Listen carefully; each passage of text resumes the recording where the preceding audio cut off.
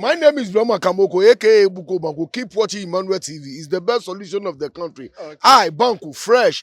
This is Emmanuel TV. Keep watching me, YouTube and everywhere. Say Banku about. Latest reports are Eboba and it's the Ghana Football Association. Omo monitor coach bi wa Africa ha. Eye coach benya ne bobre e wo coach mu so gina sen.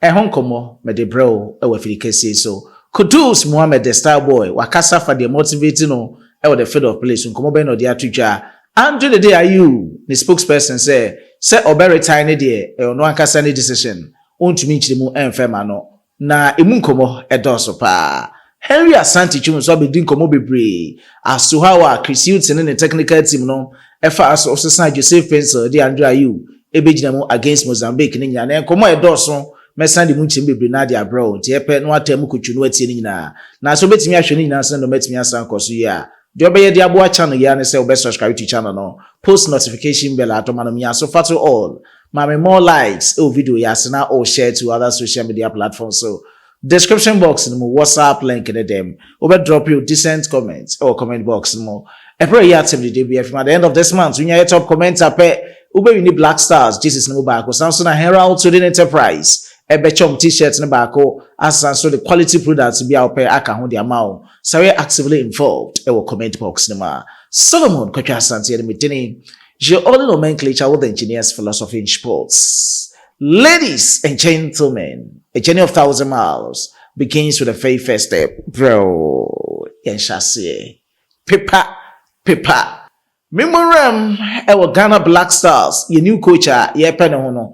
Na Endra, Eviana, Komobi, Eboba, ye, Namenam Twitter, and I'm a copy mo journalist, a friend, Lasana Kamara, or no Efi Mauritania, or Yejuma, Edema, Mauritania Foots. Na nane nkoma o chemni nyina se coach e fe ne se Emil Abdul ono na de Mauritania fo ba na no ada AFCON tournament o mo so mafi mo eguso koso ne mum na sa coach e no se countries be for e na epe no Ivory Coast for epe sanso e na Algeria krade o madi kan hwehwe no mem sanko betimi anya no ama na ba be replace o coach na no ada o mu ja ne kwan se won konom Burkina Faso ene nam ho e na Ghana yenso yene nam ho a ye hwese no mabekọ so na enkomo a ode betudwa as na reports enie miwia na ma cheche coach ne so na bobre e wo coach mu kakra e de amount ode tudwa e wo French kasem e na me so me translate the cobra for kasem say enetie Emil Abdul would be one of the potential candidates to succeed Jamel Bemaldi on year of Algeria for coach na nanu adomujan hono. The FAF, na say Algerian Football Federation from FAF, is closely monitoring the situation of the current coach of Mauritania. Among the others attentive, Ivory Coast, Ghana, and Burkina Faso. And then come out what they better to honor. Na coachy, Oshim, and in the Jumedia would did Mauritania. Nyamia Tuma next month, March, Bosuman, a day decaying, 1st of March 2024. And an a contract on Mauritania, one, a bit me about a year.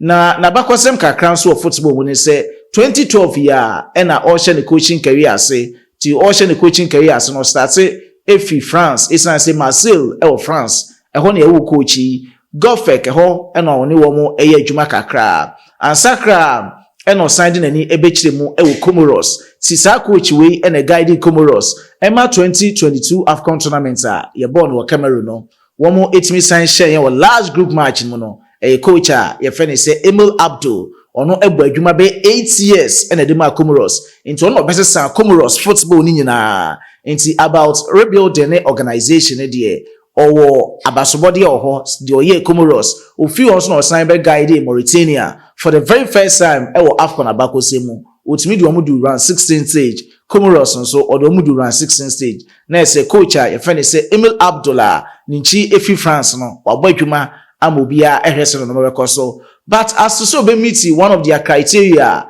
na say coach bi a oba no eso over 15 years experience no so say the coach na say na ye 12 years you wait me meet because 2024 be 12 years ni enti enye bete ye be hwe se ne nkomo ne beba ene reports bi ane nam ho ni no se wo mo monitor na che so mo kofa na ba tie hwe se ne no mabeko na yensen fa nkomo embro Yeah, dream Black Stars coach in one sense, and I see a dream home. It's a Bible said, don't young coso home. Ain't na hair and a bar, a diamond say, one who need ye ever was skin color, so sell one number tosso, never be a obey DB and the San Cosono.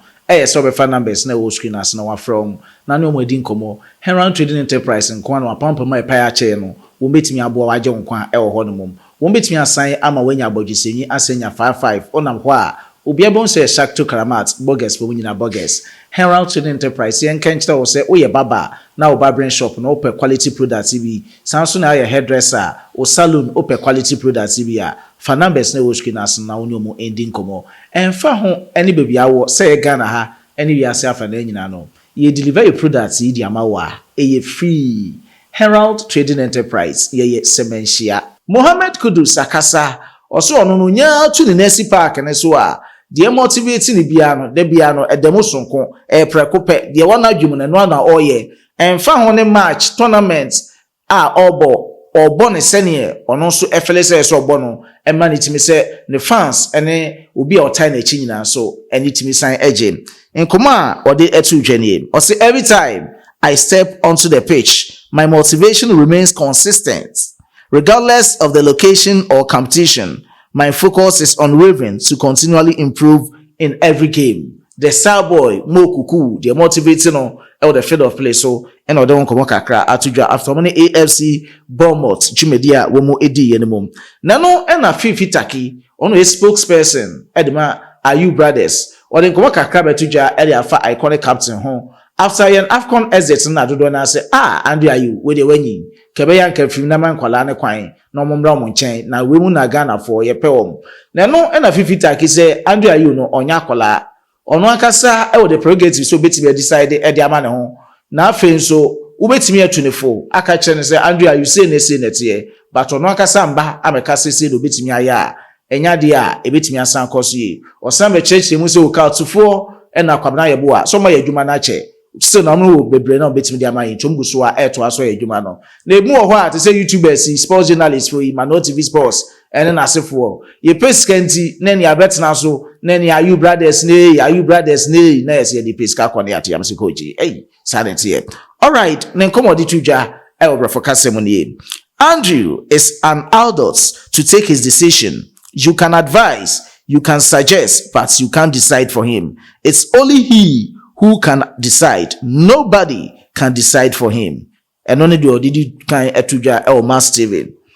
Oh yeah, another betuja said the name gives people light and eyeballs and traffic. So when people talk about them, they make money from them. An example is YouTube.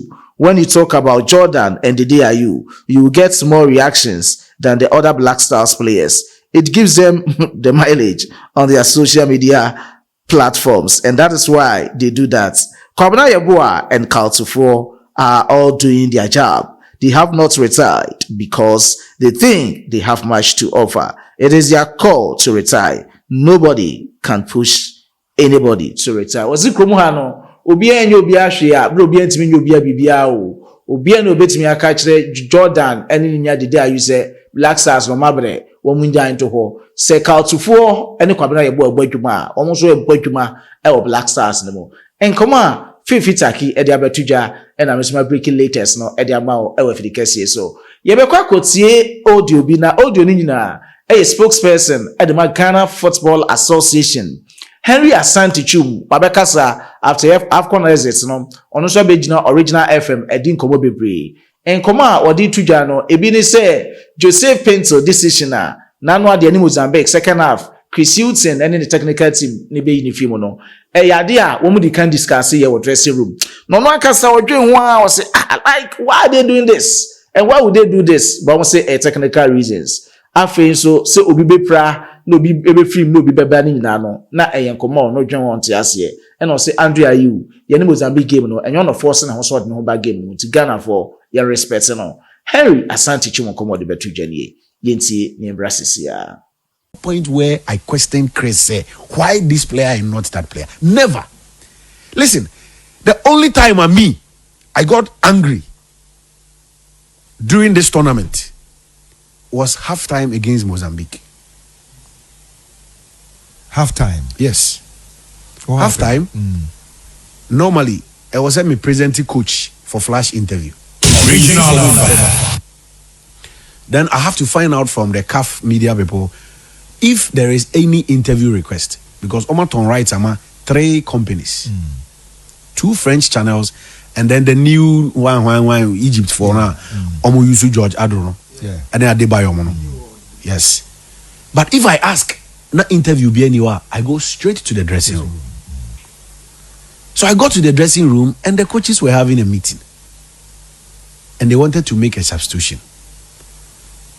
And then it was about bringing out Painter. Yeah. And now discussion. We also discussion, looking at alternatives. And me PA. So I went to the pitch, and I'm got in a technical bench hall. People say me player. Warm up. Then 3 players came out for warm up. So I approached Didi. And I'm saying, Didi, 3 players you warm up here. Which of them is coming on for what you were discussing in the dressing room? And I'll say Andre. And I'm saying, please make me understand. Is it a tactical change? I say, yes, it's a tactical change. Didi Dramani. Yes. Oh, yes. I mean, you can call him now and put him on the phone. Didi, it is a tactical change. I say a tactical change from the iPad. And I'm say okay. And I'm say okay. So he should explain to me. Then he said, Joe is coming out. Antoine will move to the right. Jordan will stay on the left. Andre will lead the attack as false 9. Okay, you know. And I'm saying, okay, are you sure? I say, yes, that is what we believe will help us. That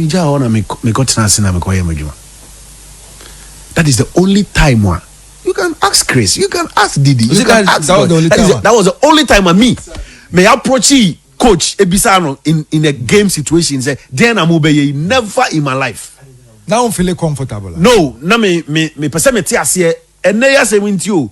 Some mbisa anka ne ye kasa anka me nim de ameka. And ne ya 70. And na me ko bisa, and that was the explanation. And I'm the share me go to dream. But now, from what you're saying, I say tactical change na no person we na and nyawa kumem. Minyaya amanesa, but I am not the one in charge of that. I can only ask questions and demand answers. It ends there. I have to focus on my job. We see that was the only time me bufu before answer me bisa question.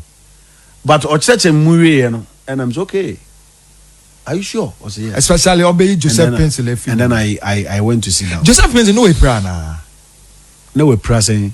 No, as far as I am concerned, me need medical team dinkomo every 2 days. Okay, yebobo we are. The players obi obinya no kubia we need 24 hours to check say obi to not twice one I want to twice. So what I do is that 24 hours or 48 hours after every game, I call Dr. Pambo.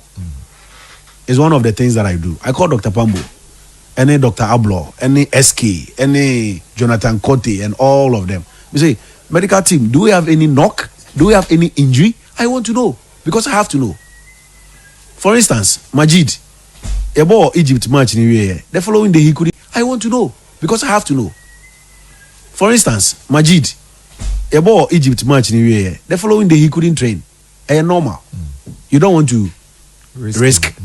Then 48 hours later, I got to Dr. Pambo and asked him, say, Doc, what is the situation with Majid? Can he train?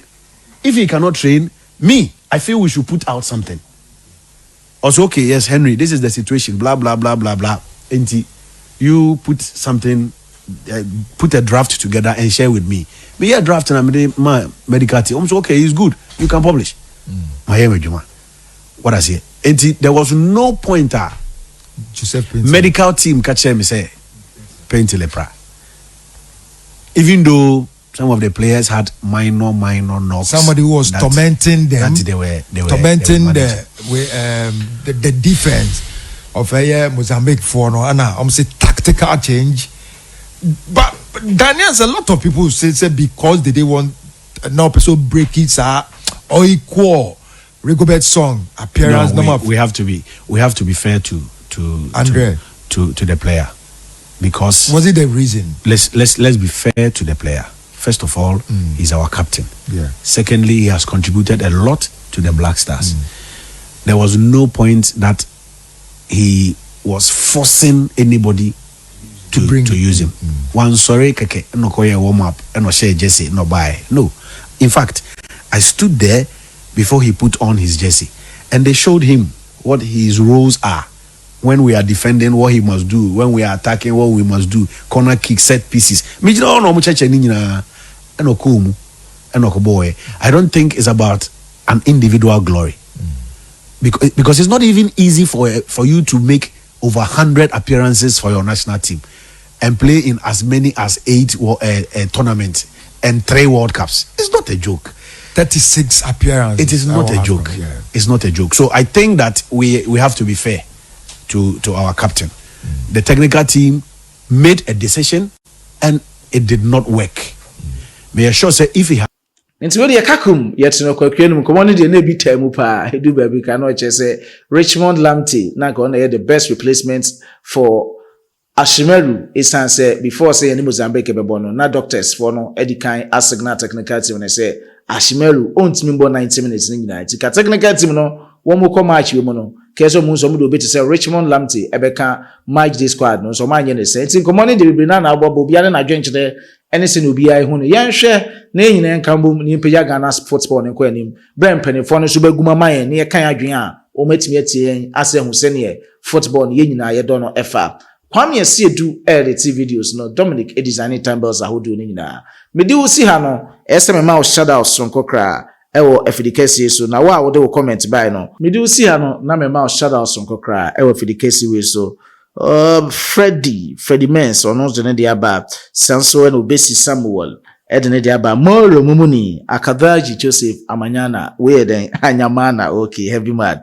Moro Mumuni Samson Godia ho Samson Godia odene dia ba Owusuya okay we Owusu Amos rather na Moro Mumuni enso ne dia Cambroji Moses Bakadaji Joseph Anyamana ono so asande dia tum Tubetha ono de dia ba Isa Obesi Samuel Mohammed Mubarak ne dia ewa hanom Obesi Samuel Boss Bank Siba Mohammed unso ye heavy wate nyankopon hyamu nyina Eric Niama we ye heavy man ewa South Africa nyankopon ka ho no nye okese onche wa him na dia obeye bia no etimi akona ni duaye mama no OTB Sports channel no yeta ase Loves Bench mu nyina bede mo si ha bye bye.